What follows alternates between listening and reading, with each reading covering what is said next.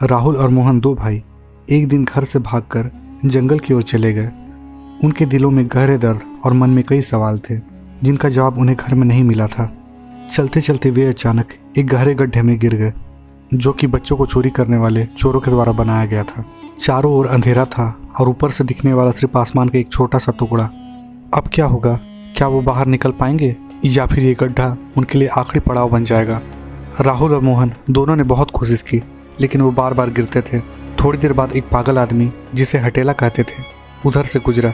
उसने जब उन दोनों को गड्ढे में फंसा हुआ देखा तो ऊंची आवाज़ में बार बार चिल्लाकर कहने लगा, तुम लोग कभी इस गड्ढे से बाहर नहीं निकल सकते, यह नामुमकिन है, अपनी कोशिश करना बंद कर दो, तुम मेहनत बर्बाद कर रहे हो। राहुल बहुत कोशिश करने के बाद उस आदमी की बातें सुन कर हार गया। उसने पागल आदमी की बातों पर यकीन कर लिया और कोशिश करना बंद कर दिया।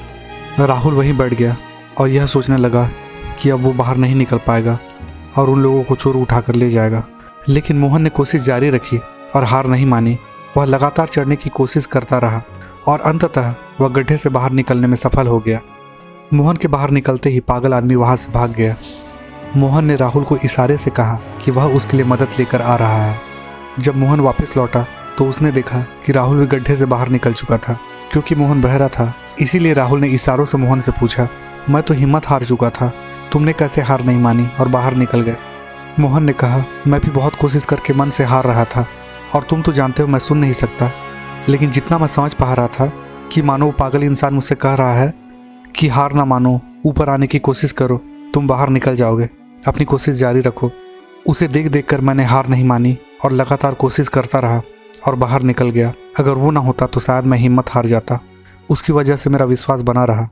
और मोहन की यह बातें सुनकर राहुल बहुत चौंक गया।